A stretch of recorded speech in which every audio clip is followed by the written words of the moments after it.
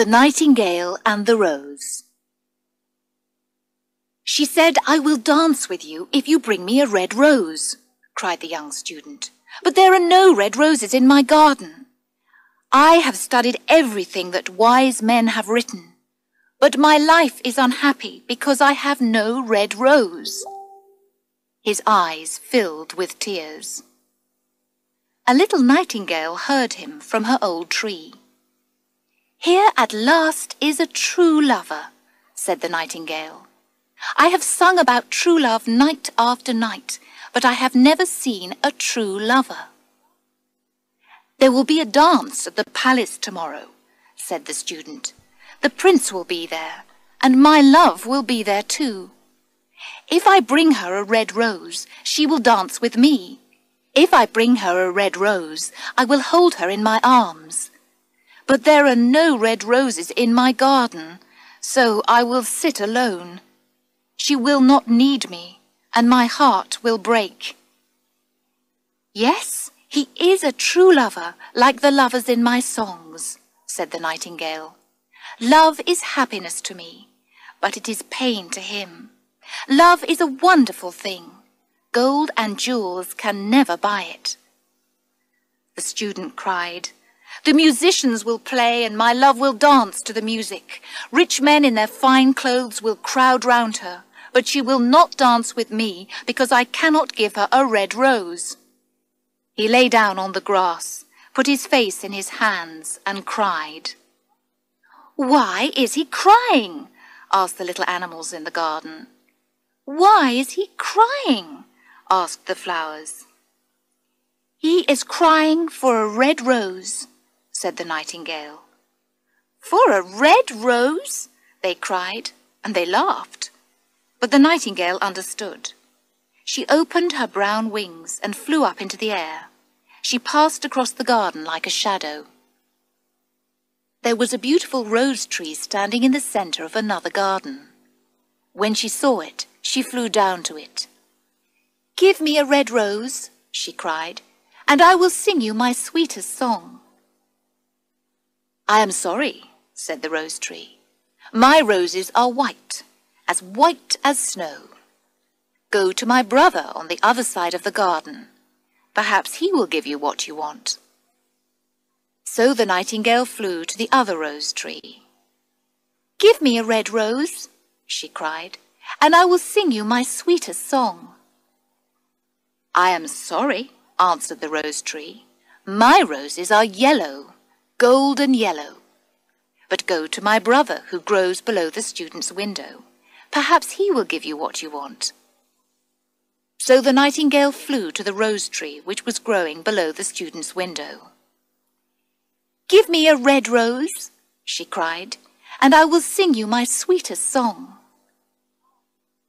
"My roses are red," it answered, "but the winter cold has frozen my flowers, and they have fallen.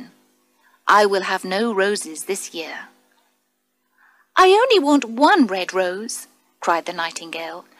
"Only one red rose. How can I get it?" "There is a way," answered the tree, "but I do not want to tell you about it." "Tell me the way, please," said the nightingale. "I am not afraid." "If you want a red rose," said the tree, "you must build it out of music by moonlight. The redness must come from your heart's blood. You must sing to me all night with your heart pressed against a thorn. The thorn must cut open your heart, and your lifeblood must run into me and become mine." "Death is a great price to pay for a red rose," cried the nightingale. "I enjoy life. I love sitting in the green trees and watching the golden sun go down. I love smelling the flowers. But love is better than life, and the heart of a man is more important than the heart of a bird." So she opened her brown wings and flew up into the air. She passed over the garden where the young student was still lying in the grass. The tears were not yet dry in his eyes. "Be happy," cried the nightingale. "You will have your red rose. I will build it out of music by moonlight, and I will give my heart's blood for its redness. But you must be a true lover because love is the wisest and strongest thing." The student looked up from the grass and listened, but he could not understand what the nightingale was saying. He only knew things that are written in books. But the old tree loved the little nightingale, and he understood. "Sing me one last song," he said. "I shall be sad and alone when you go." So the nightingale sang to the old tree.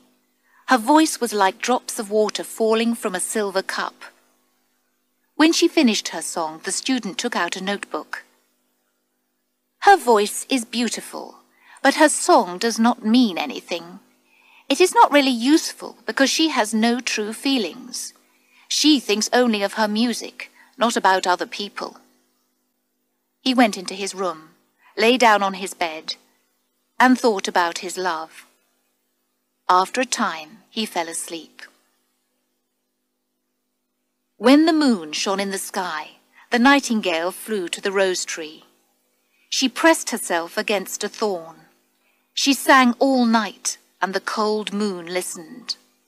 All through the long night she sang, and the thorn went deeper and deeper, and the lifeblood ran out of her. First she sang about the birth of love in the heart of a boy and a girl. And a wonderful rose grew on the highest part of the rose tree. As song followed song, the rose opened. At first it was white as a cloud on a river, as silver as the wings of the early morning. The rose tree cried to the nightingale, "Press closer against the thorn, little nightingale. The rose must be red before daylight." So the nightingale pressed closer, and her song became louder. Now she sang about the birth of love in the hearts of a man and a woman. The rose became red. But the heart of the rose stayed white, because only the heart's blood of a nightingale can colour the heart of a rose. The rose tree cried to the nightingale, "Press closer against the thorn, little nightingale, or the day will come before the rose is red." So the nightingale pressed closer against the thorn. The thorn touched her heart, and pain shot through her. As the pain became worse, her song became wilder. Now she sang of the love which is made perfect by death. The rose became deep red. The heart of the rose was as red as a jewel. But the nightingale's voice became weaker and weaker. Her little wings stopped moving. Her eyes lost their brightness. She sang a last wonderful song. The moon heard it and waited in the sky. The red rose heard it and opened wide to the cold morning air. "Look, look!" cried the rose tree. "The rose is ready now." But the nightingale did not answer, because she was lying dead in the long grass with the thorn in her heart. At midday, the student opened his window and looked out. "Ah!" he cried. "Here is a red rose. It is exactly what I wanted. I have never seen a rose as beautiful as this. It probably has a long Latin name." He put out his hand and took it. Then he put on his hat and ran to the doctor's house with the rose in his hand. The doctor was the student's teacher, and the student loved the doctor's daughter. She was sitting at the door, and her little dog was lying at her feet. "You wanted me to bring you a red rose," cried the student. "Here is the reddest rose in the world. You can wear it tonight next to your heart. Then we can dance together, and you will know how I love you." "I'm sorry," said the girl. "It will not go with the colour of my dress. And the officer has sent me some real jewels. Everyone knows that jewels cost more than flowers." "Thank you very much," said the student angrily. "You are very kind." He threw the rose into the street. "You cannot speak to me like that," said the girl. "Who are you? Only a student?" She got up from her chair and went into the house. Love is a very silly thing, said the student as he walked away. It tells us things which are not going to happen. We believe things which are not true. It is useless. In these difficult times, we must learn useful things. I shall go back to my studies. So he returned to his room, took out a big old book, and began to read.